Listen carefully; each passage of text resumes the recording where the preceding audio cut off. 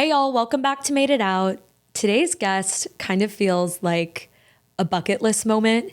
I'm sitting down with Ilene Chaiken, who is an incredible TV executive, producer, writer, creator, but we all know her because she's the creator of the L Word. I sat down with her and I talked to her about her life, the L Word. I asked her the burning questions that we all have about the L Word, and we finally got the real answer on if she regrets killing Dana. When life feels overwhelming, sometimes the best thing you can do is just to slip into another world.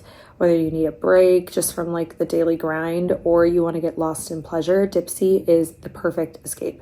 Dipsea is the audio app that lets you immerse yourself into spicy stories that transport you to your wildest fantasies. Right now, listeners of this show can get an extended 30-day free trial. Just go to dipseastories.com/made to start your free trial. That's DIPSEA stories.com/made for 30 days of full access for free. Visit dipseastories.com/made. Okay, if you're new here, I have to let you know that we do talk about my bra and underwear preferences a lot on this show. I am kind of a no bra, no underwear type girl. I like to be really comfortable. I prioritize that over everything. So I recently tried Skims for the first time, and I know I'm late, but I am converted. And the Fits Everybody collection is like nothing I've ever tried before. So I wear underwear now. I'm wearing them right now. After you place your order, be sure to let them know that we sent you. Select Made It Out in the survey, and be sure to select our show in the drop-down menu that follows. Check out the Fits Everybody collection at www.skims.com/made.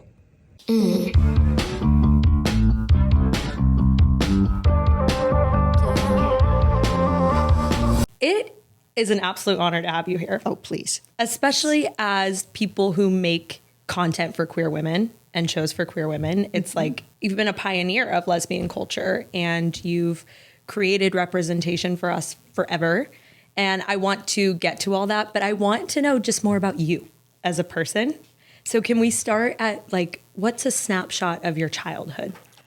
Grew up in the suburbs of Philadelphia, typical corrupt suburbs in the 70s. Suburbs are very dark places. Mm-hmm. They definitely can be. Yeah. I grew up in the suburbs of Texas, of Dallas, Fort Worth. Oh, wow. So I know a little bit about the darkness of a suburb. Yeah. What were the conversations around gay people?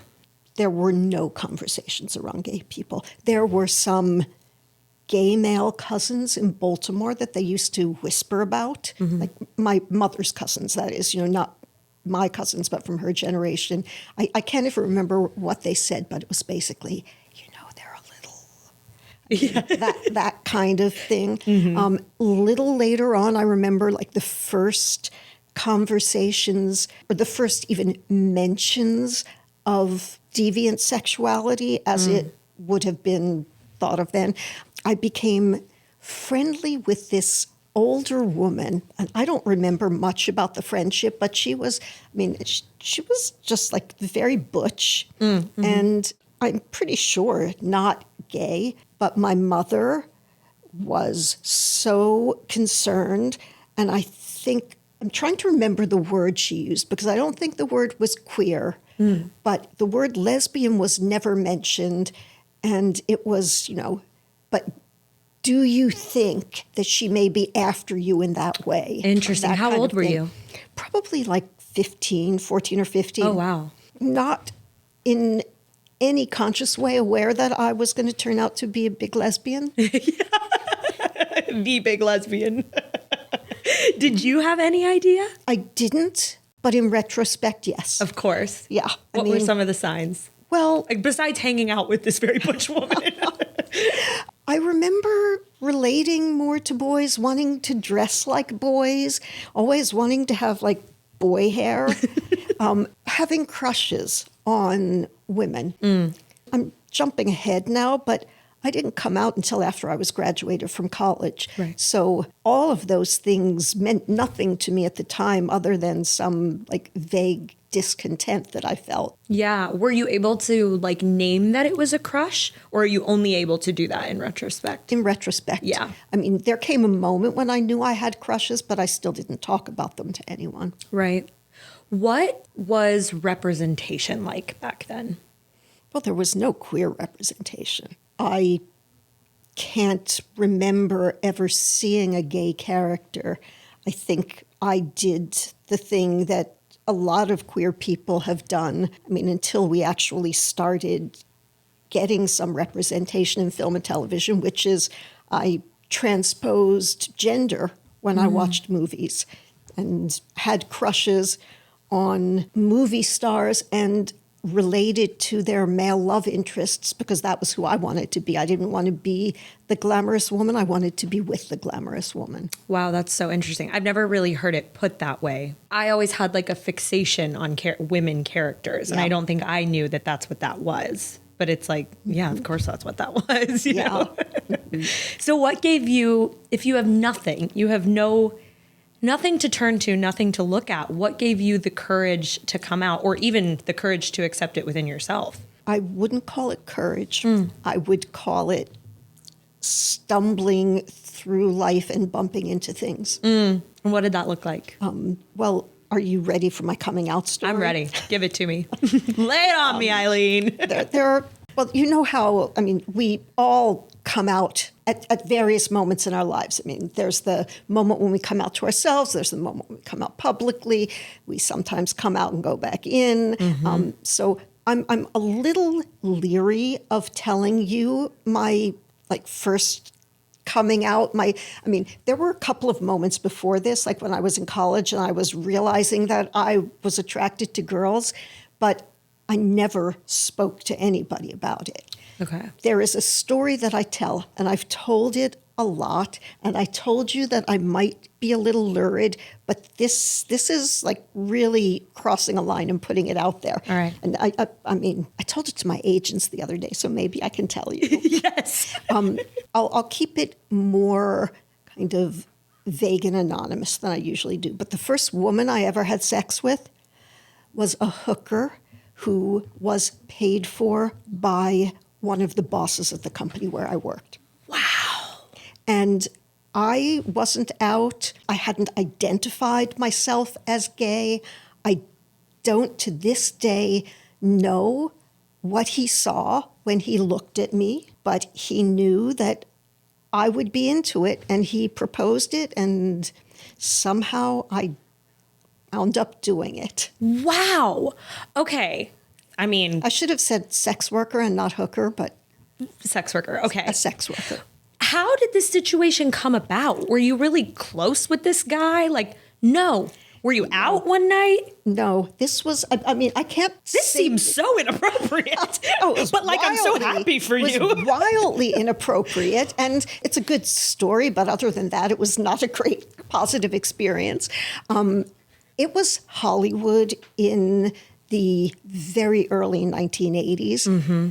It was a wild place. It was, a lot of drugs, a lot of inappropriate sexual behavior. Mm-hmm. And this was a guy who thought that he could do this, and clearly he could because he did. Right. Did you feel pressured into it because of a job dynamic? No. There were lots of uncomfortable things that went on at that job, mostly having to do with sex. Mm-hmm. But I didn't feel pressured into that. I was excited. Yeah. Hell yeah. Mm-hmm. You're not the first person to tell me a story like that where they're not necessarily where their boss has provided it. That is unique, I will say.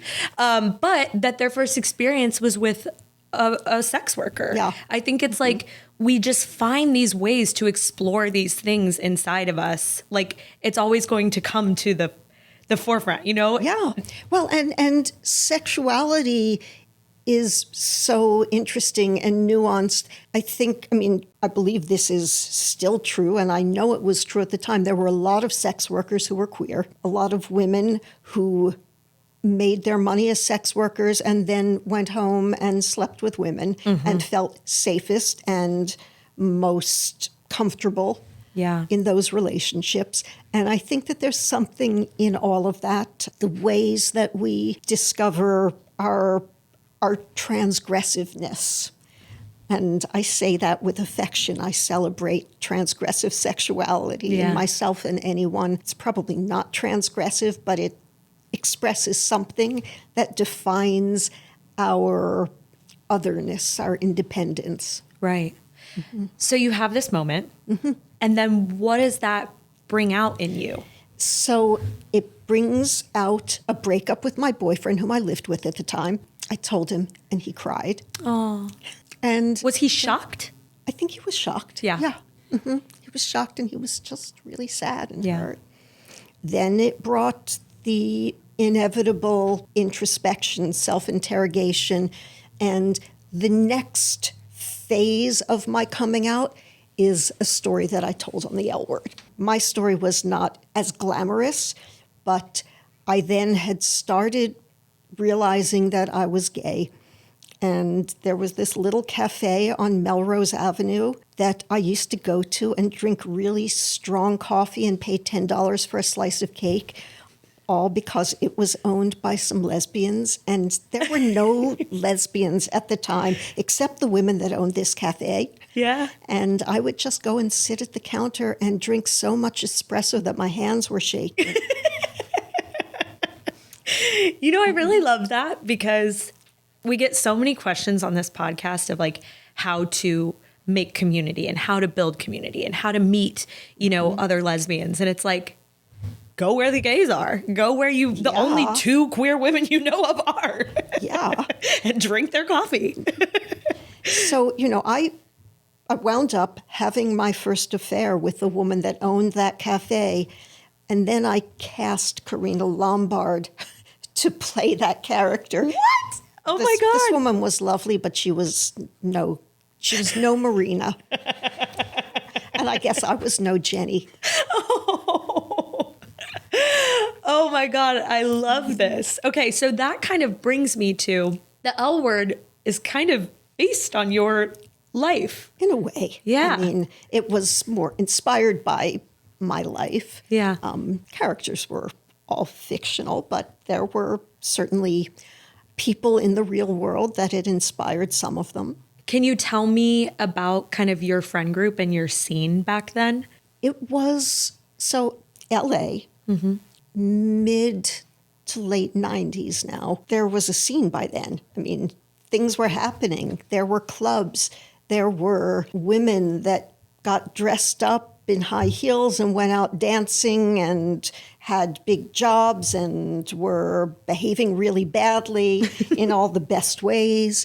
I actually, by this time, was in a relationship. It was a long-term relationship. My now ex, mother of my children, and we were together for quite a long time. So I was in that relationship, but we had a friend group. I always felt a little bit like an outsider, not quite as cool as everybody else. And I watched with interest and fascination. And I thought, there's something happening here that the world doesn't know about that is probably unique to LA at this time. Maybe it was happening in New York and maybe in some, fashion house in Paris, but it wasn't like widely known that these interesting, glamorous women were queer. Yeah. And I wanted to tell that story. And there was something so intense about all the relationships, and I wanted to tell that story. You know, I came out in LA, so I only know, and it was about probably like 5 years ago. Oh. And welcome. Thank you. Yes. Like I told you, I lived in Texas for a long time, so I came here and I came out during the pandemic, and then I met Mathilde, and I came into this robust group of queer women. Yes. And I had watched the L Word growing up, and it never felt like something that was tangible or, real. And now I'm here and I feel like I am living that life. It is exactly what you say. It's real. These people, my friends who are just like incredible women doing incredible things, and they are glamorous and beautiful and, interesting and gay. And we do really only hang out with lesbians. And we've kind of built this community of like, we use each other for jobs, and, like Emma's our PA, she's gay, and, everybody who works on the show is gay. And, the artwork, we used a photographer who's gay. And love that. It's like a cult kind of, And no, it's a community. Yes. But the relationships are very intense. Yeah. And the web is extremely real. Yes. And we are all kind of one degree of separation. And there's these kind of subgroups of friends. And so it's just so interesting that you told this story that is so relevant still today and still very much happening.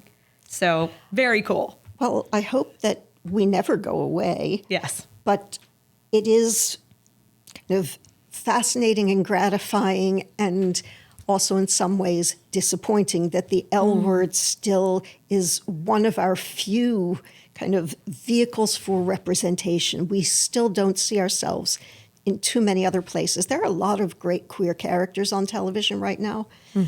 A few in movies. Movies still are way behind.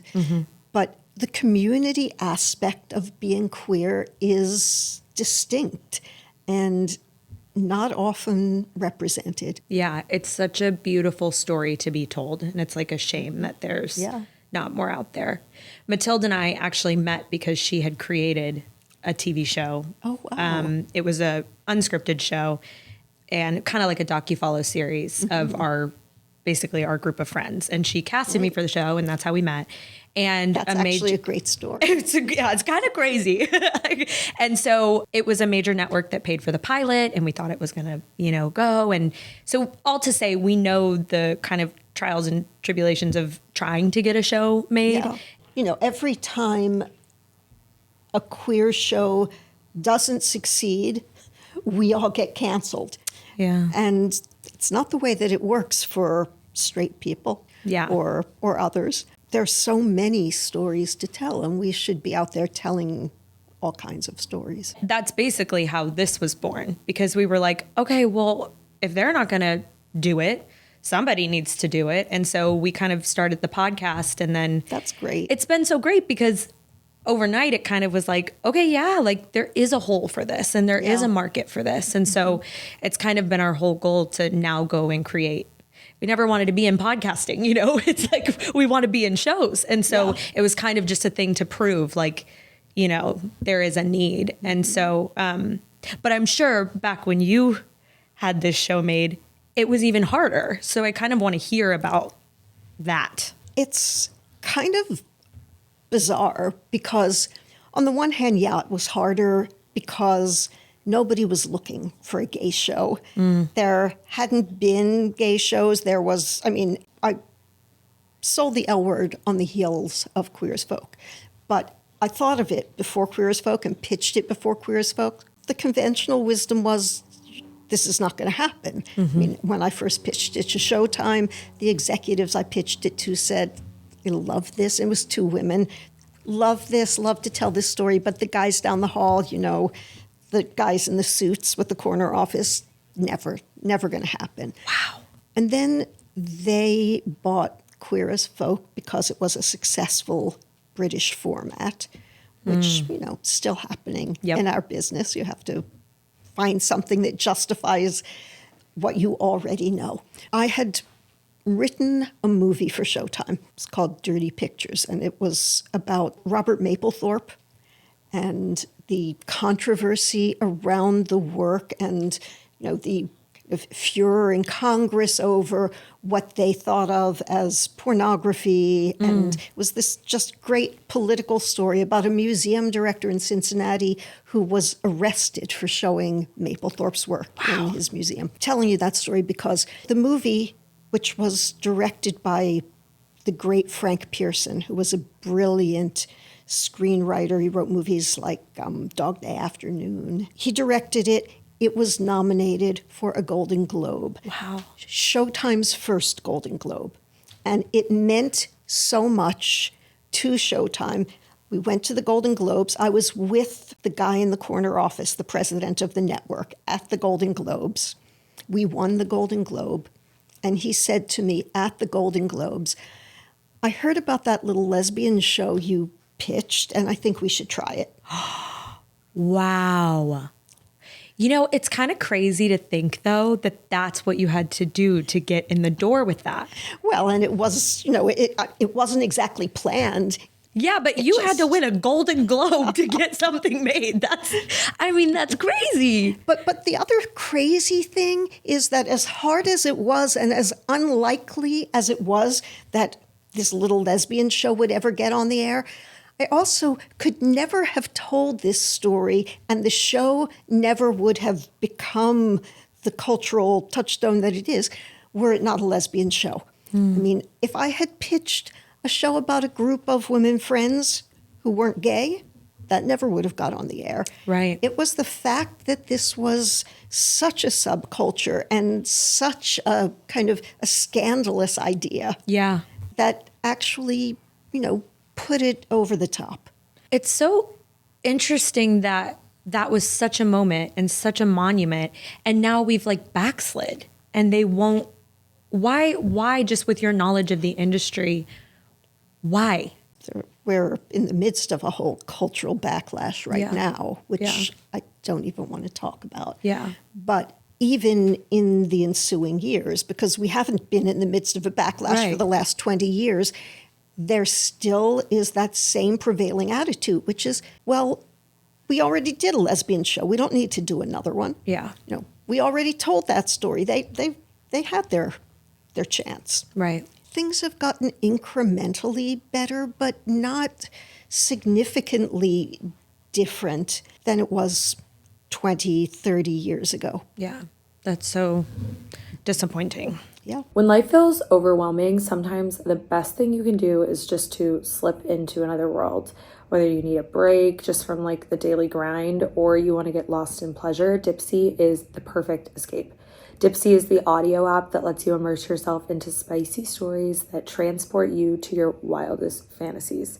Dipsea is the female-founded app for spicy audiobooks created by women for the female gaze, and new chapters are released every single week, so you always have something that you can enjoy. Oh, and their app has over 1,000 spicy audiobooks, all crafted by a team of professional writers and top-tier narrators. So whether you're looking for a Western or maybe something that takes place at sea, you will find characters that you will love on Dipsea. Right now, listeners of this show can get an extended 30-day free trial. Just go to dipseasstories.com/made to start your free trial. That's DIPSEA stories.com/made for 30 days of full access for free. Visit dipseastories.com/made. Okay, if you're new here, I have to let you know that we do talk about my bra and underwear preferences a lot on this show. I am kind of a no bra, no underwear type girl. I like to be really comfortable. I prioritize that over everything. I like to be free, but as Mathilde likes to remind me, there are times that you just have to wear underwear. You can't not be wearing underwear. So I recently tried Skims for the first time, and I know I'm late, but I am converted. And the Fits Everybody collection is nothing I've ever tried before. I am completely converted, especially with the Fits Everything brief. You would think that you can't wear it under everything because of a lot of panty lines, but that you literally can't see them. So I wear underwear now. I'm wearing them right now.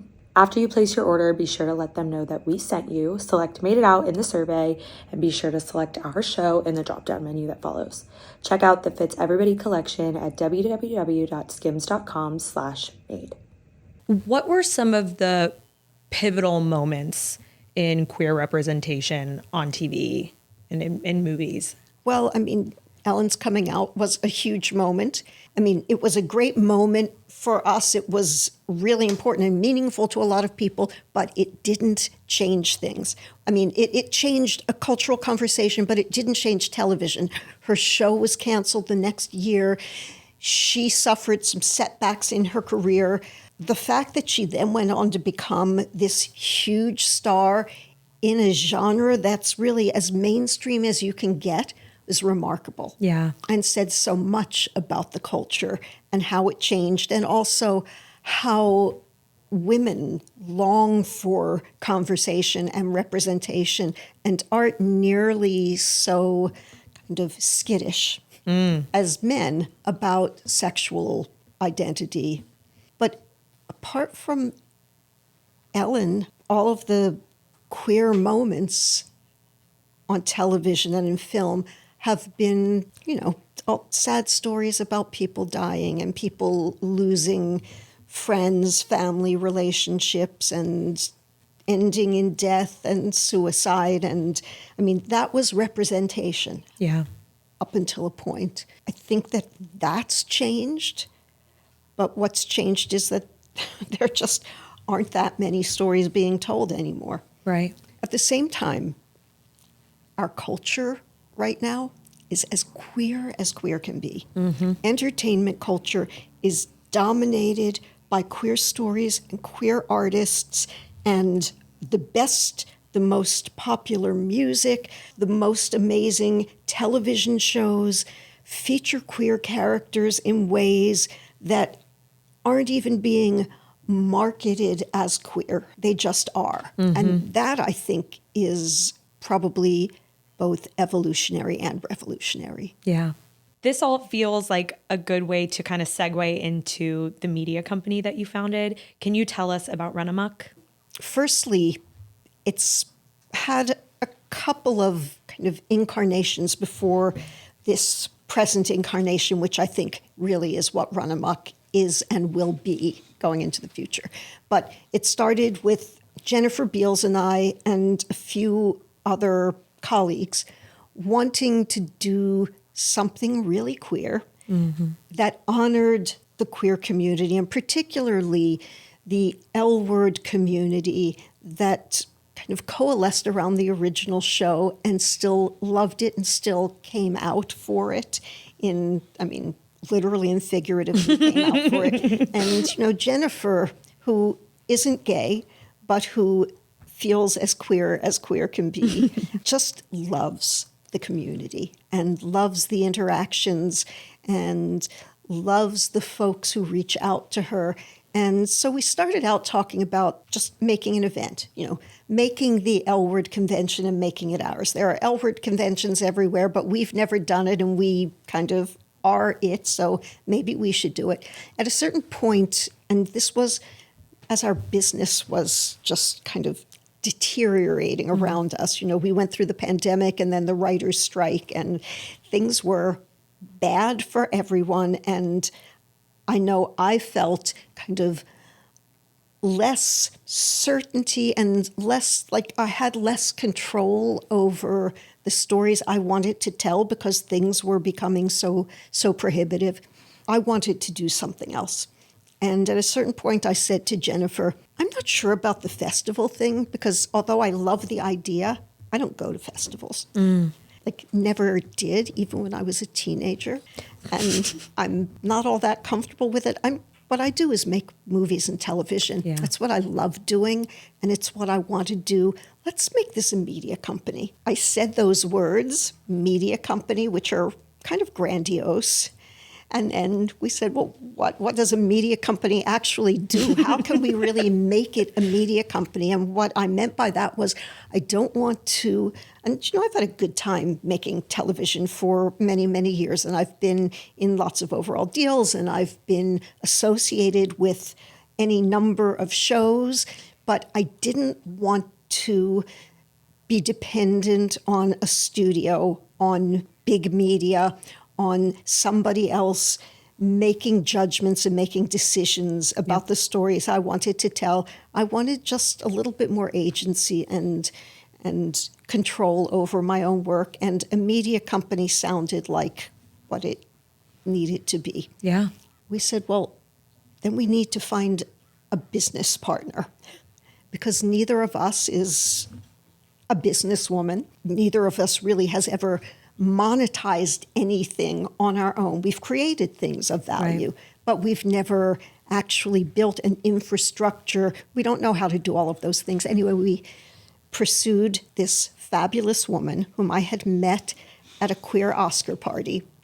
Her name is Pam Drucker-Mann. We wooed the hell out of her.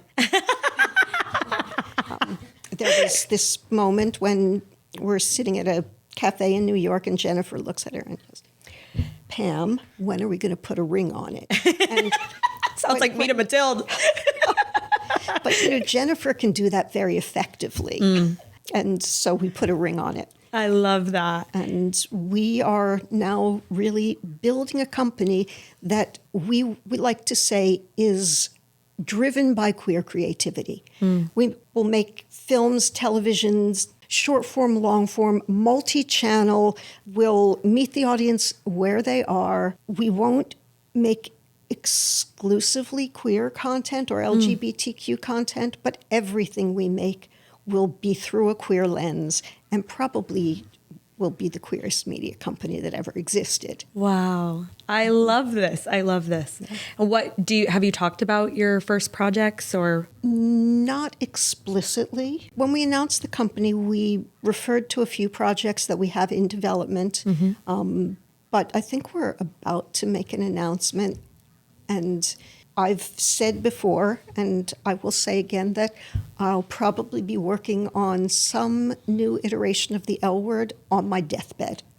Wow. That will never end for me. Wow. Okay, so this leads perfectly into the questions that our audience will absolutely kill me if I don't ask about the L word.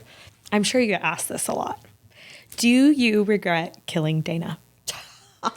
Yes. Yes. Yes, I do. Tell me more. I would do it again. Okay. I believe in the story we told. It was a story I wanted to tell, but I still regret it. She was a wonderful character, a lovely actress. I loved both the character and the actress. And also, we broke so many people's hearts. And I don't really like breaking people's hearts. So yes, I regret it. Why do you feel that story was so important to tell? I believe it was season 3, and it was in our first session in the writers' room. The writers all come back, and there were a few new writers, but we had, we're always riffing on what we've been through in life, and a few of us had lost people. Wow. Really important people in our lives during the hiatus.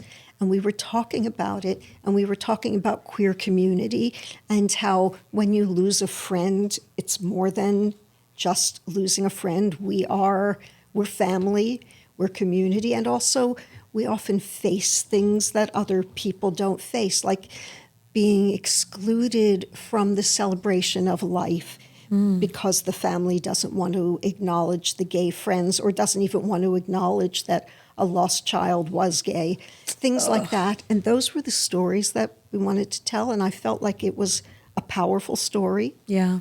And we committed to it, and then we had to see it through. Yeah. Which character is most similar to you? You kind of already answered this by saying Jenny a little bit. Jenny in the beginning her story was largely taking moments from my own life. But Mia Kirshner, who played Jenny, is an amazing actress and so much more interesting than me. And so much more complex than me. And she took Jenny to a whole other level and became a character that didn't remind me of me anymore. I would love to be as complicated and weird as Jenny. But she really moved away from me, and ultimately, I think I channeled more through Bet. Oh, interesting.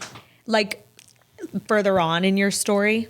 Because Bet was, an established woman, a professional in a committed relationship that was not a perfect relationship, went on and had a child and, really behaved and held herself in the world in a way that I related to more. I'm not a badass like Bet. I beg to differ. I don't know.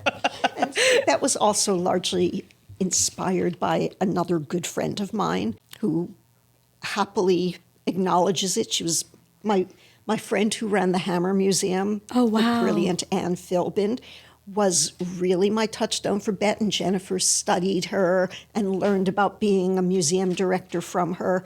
And she's a lot more like Bet than me, but definitely Bet is the character that I felt most kind of reflected by at a certain point. When you were watching these stories and these characters be kind of like play out in front of you, did you feel more connected to yourself or like learn more about yourself through that process? Things that maybe you hadn't picked up on? Yeah, I learned some really uncomfortable things about myself. Interesting. And also some pretty cool things about myself by watching these characters, writing them, observing them, and also observing and learning about other people who are basically people in my life. The characters were like friends to me, and also I had to look really closely at the people I knew and think about what I wanted to capture about queer life and queer friend groups and relationships and all of our peculiarities. If you could start a spin-off of one character, who would it be? Probably Bet, although at this point I think Angie should have a spin-off.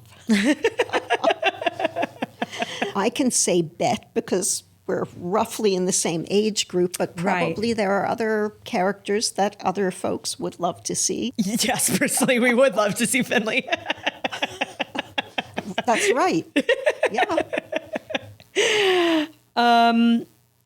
I want to talk a little bit about Gen Q. It's 10, 12 years later. How did it all come about and how involved were you? The idea behind Gen Q, I was in an overall deal with 20th making Empire. Love that show. And Jennifer, Kate, and Leisha had been lobbying me to bring back the L word. I loved the idea, but I didn't see how I could do it, and I wasn't sure if I should do it. Then there came a moment, and it had a little bit to do with politics and culture, when it really felt kind of urgent. And I called my friend, Gary Levine, who was the president of Showtime. He said, I know why you're calling me. And it was because I had originally developed The Handmaid's Tale at Showtime, and they didn't make it. And he said, you're calling me to rub my nose in it. We should have made the show. We really missed the boat. And I said, you did, and you should have. But no, that's not why I'm calling you. I'm calling you to ask if you would be interested in reviving the L word. And he said, but you can't do that. You are in an overall deal at Fox. And I said, no, I don't think I should do it. I'm proposing to you that you bring back the L word and we hire a new young lesbian showrunner who's kind of in the world and young like I was when I made the first one, and still dating and still like doing things that would actually not be boring on television because my life would be. And he said, let me think about it. And he actually called me back 2 days later. I remember because I was in Chicago on the Empire set, and he said, we're going to do this. Wow. And the premise from the very beginning was hand it over to someone else who will create an ensemble around Bet, Shane, and Alice, who will be the characters whose lives we continue with, but they're 10 years older now, and they're not necessarily the center of the universe, but they're the reason for this friend group. And we get to talk about intergenerationality, and we get to talk about how lesbian culture has changed. That was the premise for Generation Q. And the show was not mine. It belonged to this new young showrunner, and I had very little to do with it. Wow. Thank you for sharing the story. That's so interesting. Okay. Fuck, marry, kill. Bet, Alice, Shane. I would never fuck or kill any of them. I mean, if I were to marry anybody, it would have been Bet, but then everybody would hate me because they want Bet with Tina. And I am not fucking that up again. Okay, I ask everybody on this show one question, and it's what are you working on in therapy or self-development wise? I am working on communicating better. Although I'm not in therapy right now, I have two brilliant daughters who are better than therapists and are really teaching me how to talk and not be so guarded and not try to control the outcome, but just to come into a conversation with honesty and the intention of doing well and connecting. I really love that because I feel like I'm in a space like that with my mom right now. I feel like my mom is a little bit more guarded than I am. I'm kind of an open book. That's why I do this, and I feel like it's interesting how when we grow up and we kind of do some of the work on ourselves and we learn, then we can kind of give that back to our moms. I think that's like a really beautiful thing. I am so grateful for it. It's not anything I ever imagined that I would learn to be a better person and a better communicator and, in fact, a better mother from my daughters.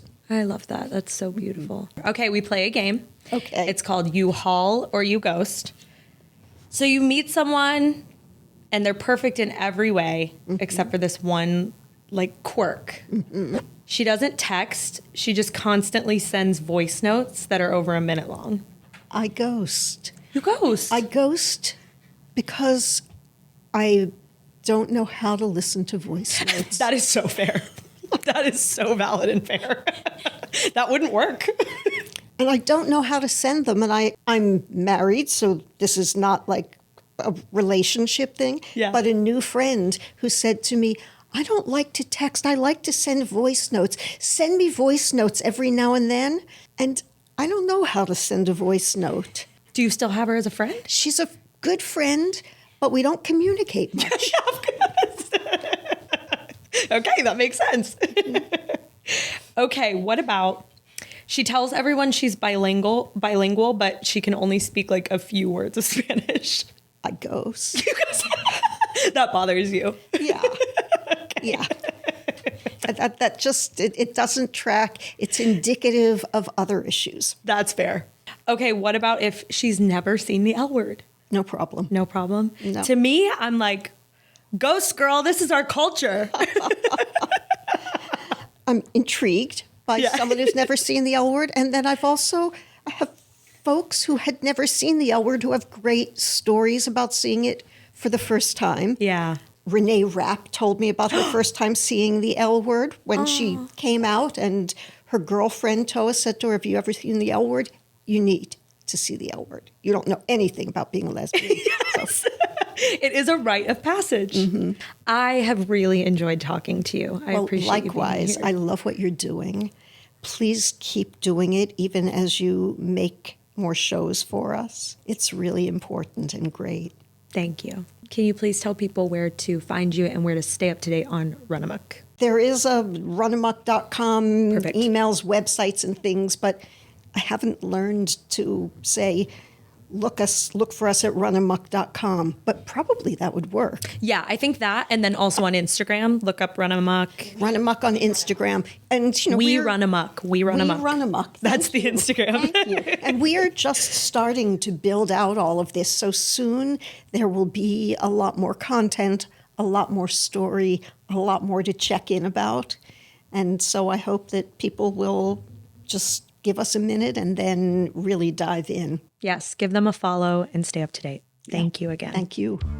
Thank y'all for listening to today's episode. As always, help us spread the gay agenda by writing an Apple review, rating us on Spotify, and sharing with everyone you've ever met. And if you haven't yet, join our subscription community, Made It In, for exclusive Made It Out media shows, content, and chat rooms at madeitout.supercast.com. Made It Out is produced by Matilde Jordan and worked on solely by lesbians.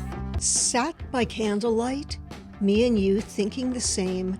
Let's watch the L Word. Okay, I have to remind you one more time to check out Skims. Again, I really have such a hard time finding bras and underwear that I really like and are comfy and don't show under everything.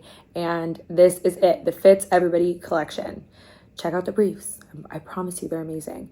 Shop Skims at Ultimate Bra Collection and more at skims.com and Skims LA flagship on Sunset Boulevard.